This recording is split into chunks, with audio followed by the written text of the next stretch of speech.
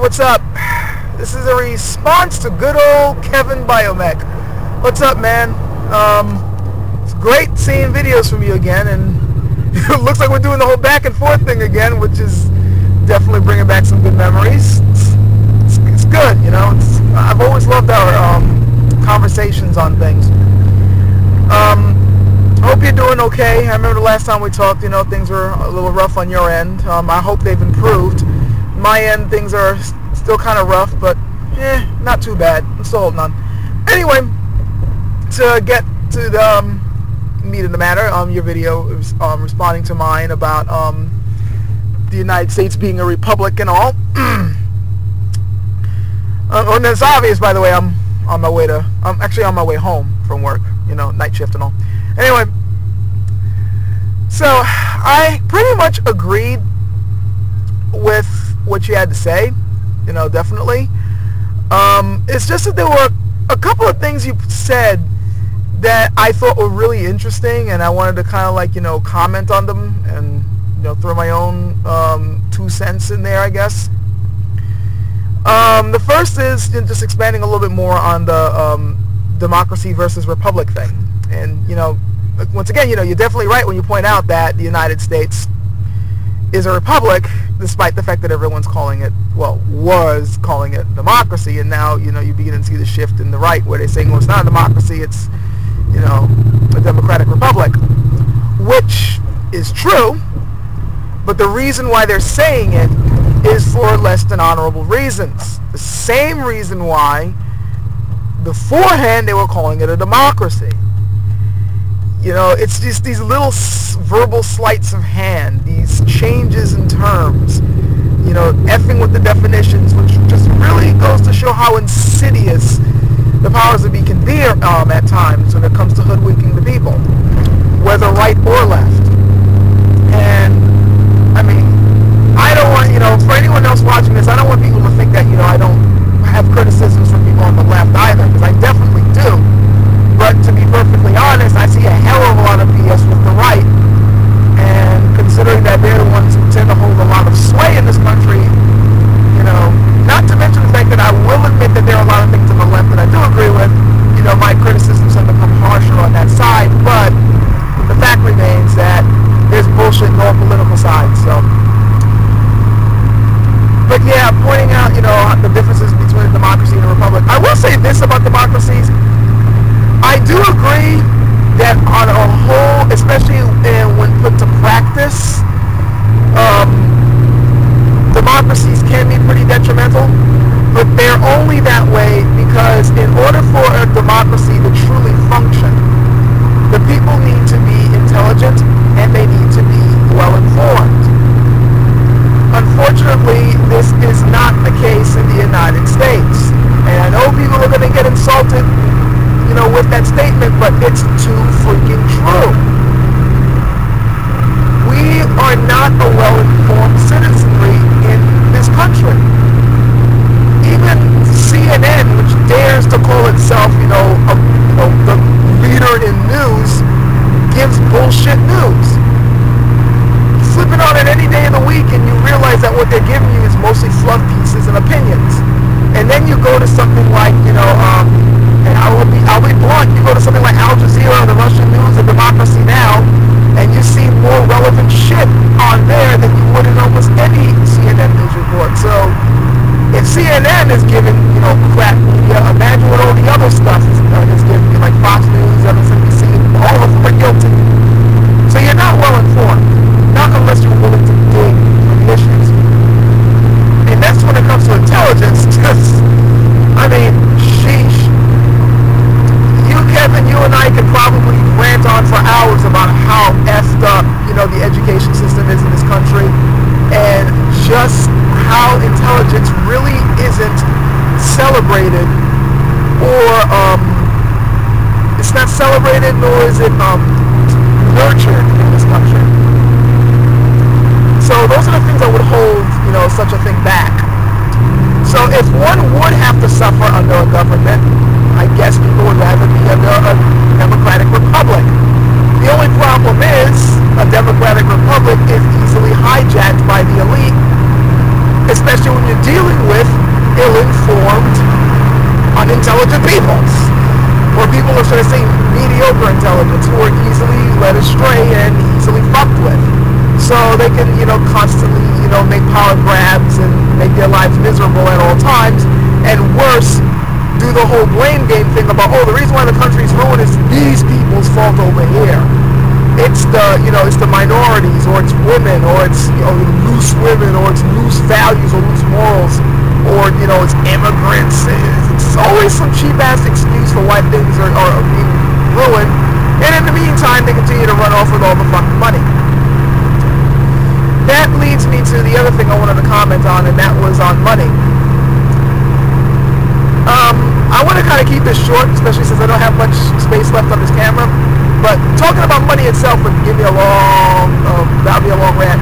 But suffice to say, I do agree with you that money does equal freedom. So of course, them making a power grab and stealing all the money would rightly get people pissed off. My beef, however, is not the fact that they got pissed off because their money was being fucked with. Moreover, it's the fact that that's the only thing that got them pissed off. There were so many other power plays that were made to take away their freedoms and liberties that they did absolutely nothing about. That if they had done something about that beforehand, way beforehand, I'm not just talking about 9/11, I'm talking about years prior, then, money would be the last thing that they would have to worry about being messed with. And another thing is, in this country, yeah, money is freedom, but that's because, quite frankly, any other option that we would have to live comfortably has pretty much been taken away.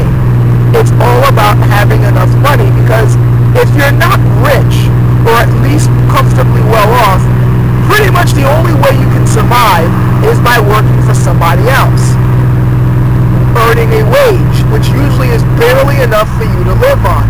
So that is, to be blunt, a form of slavery. You're not free. Especially with all the debts that you may have, over your head at the same time just for trying to incur a living. And if you're middle class, well, average middle class, you know all about debt because you've been living outside of your means anyway, which is why it kind of cracks me up when you later on find middle class people who are maxing out their credit cards complaining that the government is spending out of its means. But that's a comedy discussed for another time. Anyways, money does equal freedom in this country, but that's because that was our only recourse. But the thing about money is, it's an abstract. It's supposed to represent something, as you know, and that represents resources and human services. The interesting thing is, these things are finite, and money itself is supposed to be finite, but as we've seen with the Federal Reserve, they can just print money whenever the hell they want, which can definitely cause problems with the economy in ways that I'm sure you already know, probably better than I do. But this makes me want to ask a certain question for people who believe that, well, it's okay to, we have to be rich in order to, make a comfortable living. That's just the way it is, and we shouldn't, have a problem with people who hoard billions for themselves while everybody else is suffering. If we weren't dealing with money, say, and everything was down to the most basic of resources, food, shelter, water, whatever, we're no longer using money. And this is a hypothetical situation, by the way. We're no longer using money to, as an abstract to represent these things. And we all do the work, and we harvest the food, and, get the wood together to make houses and all that. How would you feel if one of the guys he was the dude who just happened to bring people together to do this work, and he says, since I've done that, I get most of the apples and most of the grains, and you guys got to squabble with the chump change. How would you feel? Especially if you were the one who did all the goddamn work to gather these materials.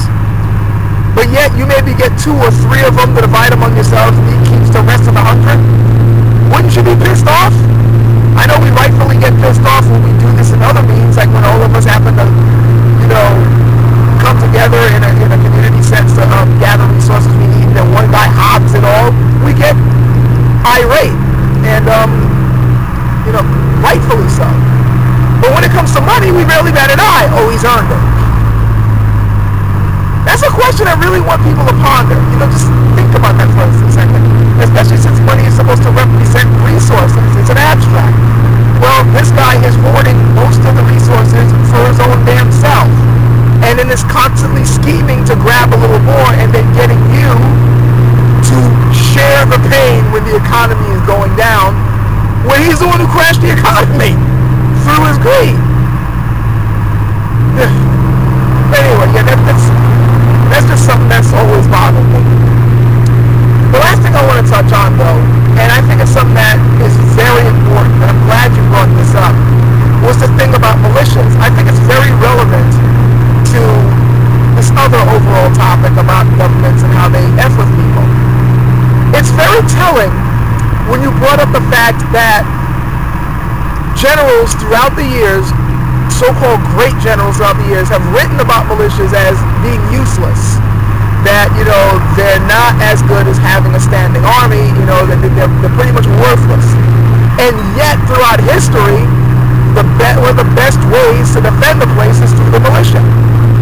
As the United States is finding out the hard way when they're having their wars in the Middle East. When everybody is your enemy, you gotta have a hard time trying to take the country over. So why would they be called useless? Well, it's simple. You yourself pointed out that militias are defensive in nature. They're there primarily to keep invaders out, to keep people from fucking with their ways of life. Now, if you're running an empire, or at least a very ambitious nature that believes in aggressive expansion, then a militia just won't do, now will it? Because they just want to stay at home and defend their borders. Now, you need a group of people who are willing to be united under your vision to conquer other people and take their shit for yourself. And of course, you got to make sure they're easily trained and easily brainwashed into believing that them acquiring goods for you will somehow benefit them. Thus, you need an army, a powerful invading military force. A militia, however, isn't going to cut it. For one thing, they're defensive in nature, not offensive. And for another thing, they're made up of independently minded people. It's just a regular citizenry. The only thing that's uniting the militia together is the protection of their borders and the protection of their own people. They're not really interested in going to some other place and stealing their shit. They only care about defending their own. And once the defense is done and the invaders are repelled, then they really have no reason to stay in this militia. They go back to their homes and go about their business. Because they got their own lives to live. They got their own ideas about how to live their lives. And as long as their ideas don't infringe upon somebody else, they're happy with that. They're independently minded people. You can't have independently minded people in an operating standing army. Everybody's got to be marching under one accord, and there can be no questions, no disobedience, no doubt, no independence of mind or of reason or of lives or, you know, whatever. They all have to march to the beat of the leader and go by his vision. So when you put that into account, it makes total sense that a general who wants to have a powerful army that can march over to other countries would find militias useless.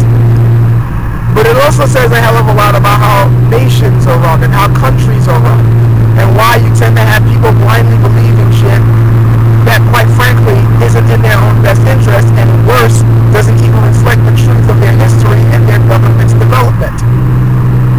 Because leaders cannot have independently minded people following their own consciences and having minds sharp enough to see what's happening around them.